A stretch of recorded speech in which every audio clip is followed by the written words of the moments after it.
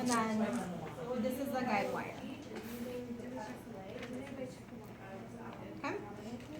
And needle. Needle. Suture.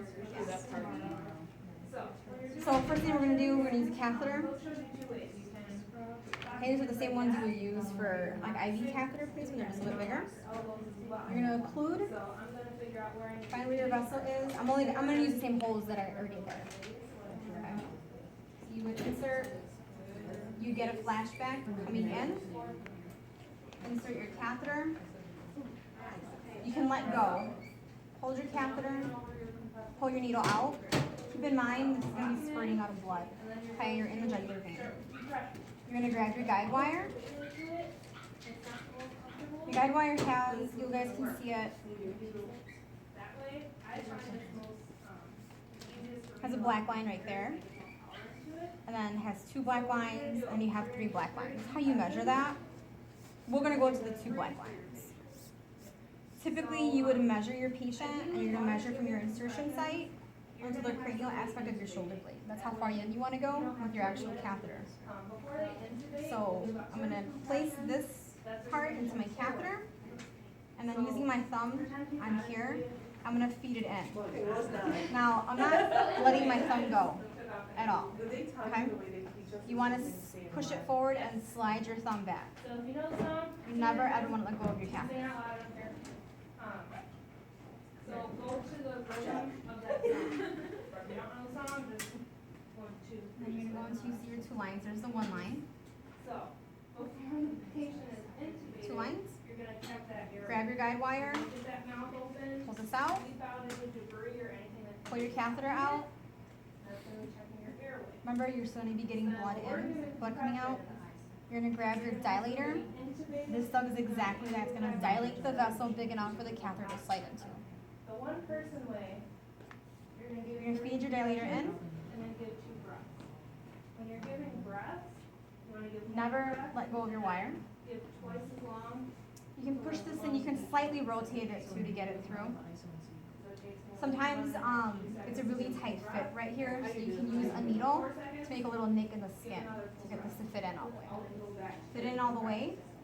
And give another Pull it out. Go back. Now we're going to actually place our catheter. This is the one that's going to stay in. We got this working. I'll be controlling the pulse. And we're going. So there's currently a lot of blood coming out of that. Yep. She's gonna safety stand or not? Grab the catheter, feed this in. All the way. Pull your guide wire out. I don't know. Oh, no. And then you can throw a cap on it. Okay? So now it's in. Now we need to suture it in place. So there's a little nick in the catheter right here where you want the suture to sit, and then 1 on each hole. Okay? You want to kind of angle this so that it's going to sit in a nice spot. Right now, the way it's angled, facing out here, it's going to be hitting him in the face. So I'm going to suture it It's very, very, very like nothing than epinephrine. right here. So it's going to curve back this way.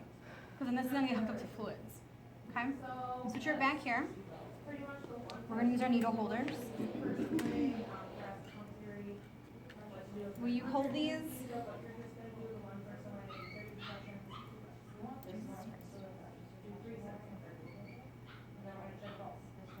Ring finger goes into one hole and your thumb into the other. Okay, you're not going to use it like regular scissors. Okay? This is non-absorbable suture. You're going to grab it towards the end and you actually clamp down. So I'm going to try and aim under the skin, right under there.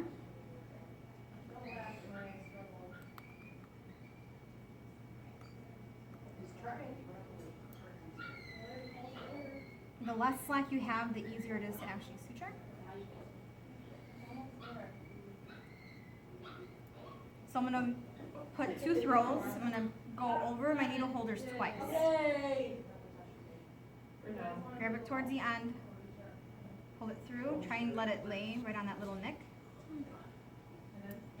now the slack is laying towards me. So I'm gonna loop it towards me, Yeah, it's very. Grab it by the creepy 'cause end. It's like you're feeling in the crotches. or pull away from me. something. It's not even right. This is laying away from me, so I'm gonna pull So this freaking weird. over and away. No, Grab it, why? pull through. Just because it's a dummy and that's. Have you cut Megan? And you're gonna cut it. Don't cut it super Megan's short. never what you This has imagine. to come out at some point. No, So if you cut it super short, we have nothing to grab it by to cut it out. I will too. And then we're gonna put one right here. In my- You would put one on each one. For your check off, you have to only put the one on the hole. So grab a piece of Right? skin. He needs to do it. Oh, Albert starts singing. How do you know how deep to put that in? You'll feel it. Like a needle, Yeah. you'll feel it. Some people actually pinch the skin and go through it. So we'll pull it through. Two throats. I'm stopping right there. Just They're gonna see if lose. I can remember something. Oh no, not with this. Pull. Not One towards me because the slack is laying towards me. Grab it Yeah, through, and one away from me, Shut up, dude. pull through, and you would cut it. Everybody should know something. And then we would put a bandage on it. For a checkoff, you don't have to. In a clinic, you put a bandage on it. A Talfa, which is a chip antibiotic ointment. And then very lightly, just some vet wrap over it.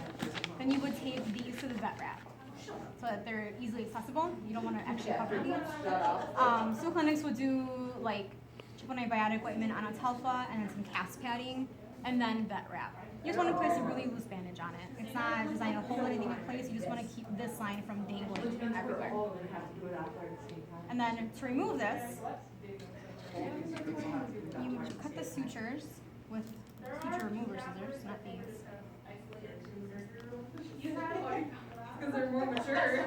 They've been around a longer time or two. Are they gonna I be mean, I don't awake blame when you them. I cut mean, them? Yes, they are awake when you remove them, so you don't sedate them to cut them out.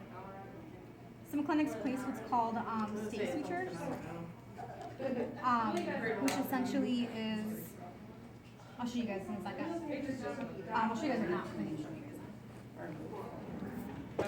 Instead of actually suturing through the skin to this, stake sutures, you would pinch the skin.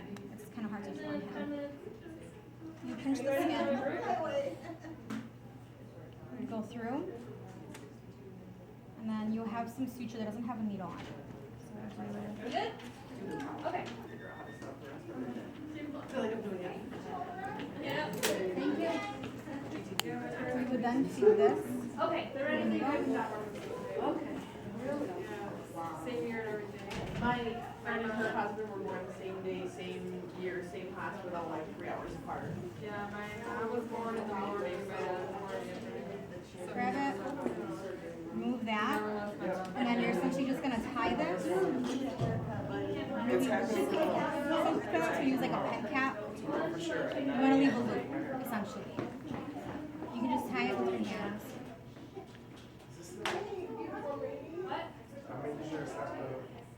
Like you can use like a syringe cap for it. Okay. CPR. So, I'm visual. And then you always want to tie it at least 3 times. Your natural number is 3. And then you remove this. And then from here, now they suture the catheter to your stay suture instead. So it's a little easier to cut out. And that way, if for some reason the patient needs to have a central line put in again, you already have those stay sutures in place. So some clinics do that and some do not. It just depends on what the clinic does. You're gonna confirm that they're done now. So then to remove the catheter, you've removed your sutures. You can get a nice stack of gauze, place it over, and pull it out the way you would a regular catheter. Throwing in some compressions if you You're gonna hold this at least 5 minutes. Actually physically hold it. Then you can lightly place some vet wrap around as long as they haven't had a hematoma.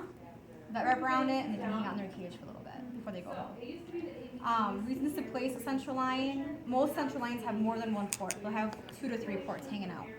So one port can be if they're getting IV fluids or colloids. The other port can be used for blood draws. So like in a DKA, where you're taking blood literally every 2 hours instead of poking them every 2 hours, you can just get blood on the central line. And that way you're not physically